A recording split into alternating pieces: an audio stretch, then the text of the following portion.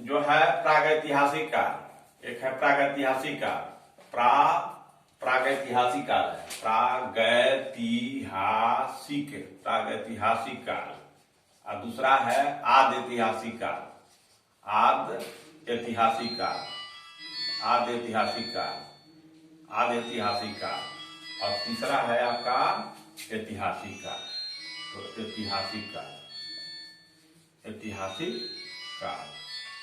तो मैंने आपको प्रागैतिहासिक को बता दिया है और ऐतिहासिक को बता दिया, आदि ऐतिहासिक को बता दिया है। ऐतिहासिक काल पर हम आपको बता रहे हैं कि आदि ऐतिहासिक काल क्या है। तो ऐतिहासिक काल में यह है कि इसको आप इसी को आप पढ़िएगा। तो ऐतिहासिक काल में है कि ऐतिहासिक काल में है पहला, ये है प्राचीन भारत। ऐतिहासिक काल में है प्राचीन भारत। प्राचीन भारत का आपको पढ़ना है किसी भी परीक्षा में। प्राचीन भारत, प्राचीन भारत आपको पढ़ना है। तो प्राचीन भारत का काल होता है आपका 600 बीसी से 712 बीसी। इसका काल आपको जानना बड़ी जरूरी है, इसका पीरियड जानना बड़ी जरूरी है। 600 बीसी से 712 बीसी, 712 ईस्वी तक है, 712 ईस्वी है। 600 बीसी से 712 ईस्वी तक प्राचीन भारत आता है। और प्राचीन भारत के बाद मध्य भारत आता है, मध्यकालीन इतिहास बी, मध्यकाल, मध्यकाल का इतिहास, मध्यकाल। तो इसका पीरियड है 712 से लेके 1707 तक, 712 से लेके 1707 तक ये मध्यकाल आता है। और आधुनिक भारत आता है, आधुनिक भारत आता है, आधुनिक भारत। ये आपका फॉर्म तैयार हो जाएगा तो आप इतिहास पढ़ने में बड़ी रुचि आपकी जगेगी। ये फॉर्म तैयार हो जाएगा तो इतिहास पढ़ने में रुचि जगेगी। आधुनिक भारत, तो आधुनिक भारत को 1707 से लेकर के और जो है 1964 तक ये आपका आधुनिक भारत हो गया। अब इसी में एक है डी, विश्व का इतिहास, इसी पीरियडों में। तो विश्व के इतिहास में आपको 14वीं शताब्दी से 1950 तक, 14वीं शताब्दी से 1950 तक का विश्व का इतिहास, ये आपका फॉर्म है। इस फॉर्म को अगर आप जानिएगा तो ये जान जाइए कि आपका हिस्ट्री बहुत बढ़िया, बहुत मजबूत, बहुत जानकारी के लायक होगा। और स्टेप बाय स्टेप किसी को बता सकते हैं। स्टेप बाय स्टेप जब जानिएगा तो कहीं से सवाल देगा, आपको हल करने में कहीं दिक्कत नहीं होगी। चाहे वो पीटी का परीक्षा हो, चाहे पीटी का परीक्षा हो, और चाहे मेन का परीक्षा हो, किसी भी परीक्षा का, चाहे पीटी हो या मेन हो, आईएएस हो या पीसीएस हो या कोई भी परीक्षा हो, भारत की कोई भी ऐसी परीक्षा है जो लोक सेवा आयोग और राज्य लोक सेवा आयोग के द्वारा अगर संचालित की जाती है तो उसमें इतिहास को जाने रहिएगा तो इसी में से सवाल घुमा फिरा के पूछा जाता है और आपको जानना जरूरी है। तो आप जान गए प्रागैतिहासिक काल, आद्यैतिहासिक काल, ऐतिहासिक काल, प्रागैतिहासिक काल में आप जाने हैं पूर्व पाषाण काल, मध्य पाषाण काल, नवपाषाण काल। आद्यैतिहासिक काल में जाने हैं सिंधु सभ्यता और वैदिक सभ्यता। वैदिक सभ्यता में ऋतु सभ्यता, ऋग्वेद की सभ्यता और उत्तर वैदिक सभ्यता में। ऐतिहासिक काल में जाने हैं प्राचीन भारत, मध्य भारत, आधुनिक भारत और विश्व का इतिहास। ये आपके इतिहास का प्रोफार्मा है।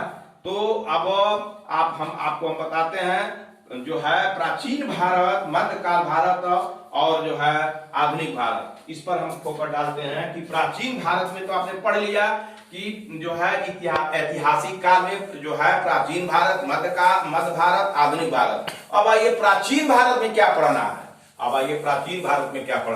ये फॉर्म आपको बता दे रहे हैं। इस फॉर्म के आधार पर अगर चलिएगा, डेट को याद करिएगा तो आपका कोई पीठ नहीं लगा सकता। अपने को प्रोफेसर समझिएगा, अपने को इतिहास में प्रोफेसर समझिएगा। तो आइए हम चलते हैं प्राचीन भारत में क्या पढ़ना है। प्राचीन भारत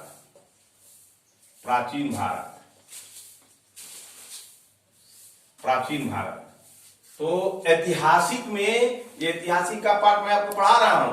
प्राचीन भारत में जो है ये तीसरा चीज था प्राचीन भारत। तो हम चलते हैं आपको प्राचीन भारत में जो है पहले क्या था। पहले महाजनपद पढ़ना है। महाजनपद, महाजनपद काल इसको कहा जाता है, महाजनपद का काल। तो ये महाजनपद का काल का पीरियड था, वही मैं 600 बीसी से जो है 600 बीसी तक का काल, 600 बीसी तक का काल,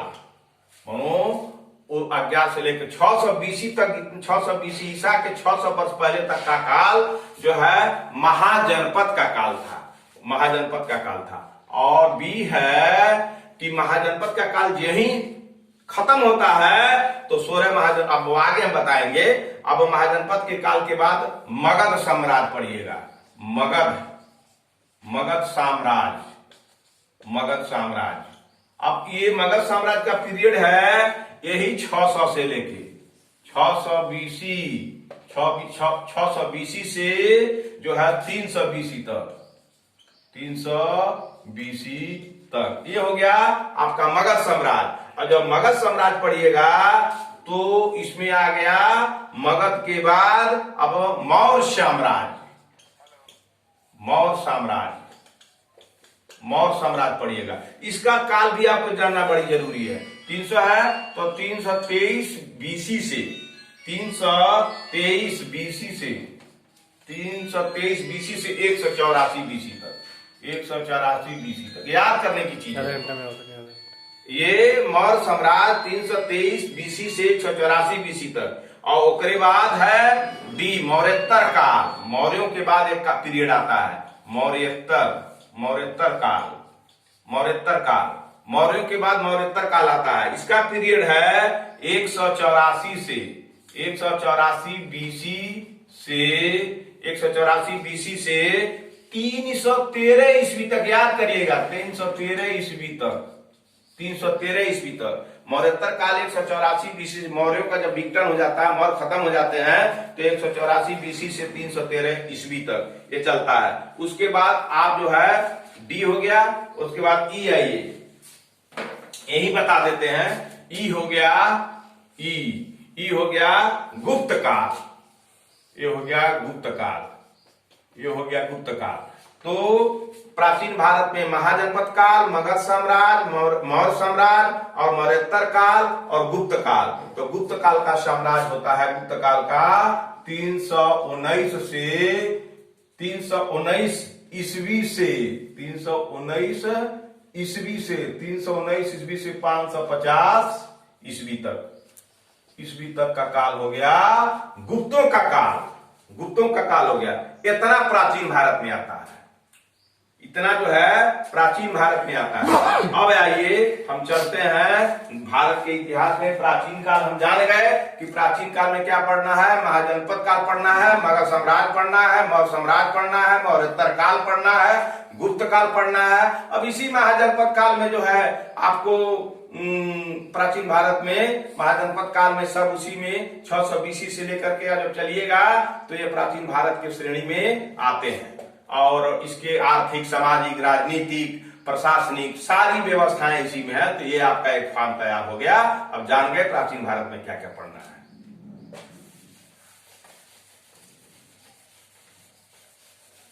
बना दिया सर, घर से फोन आ रहा है, घर से फोन आ रहा है, अपलोड कर दो।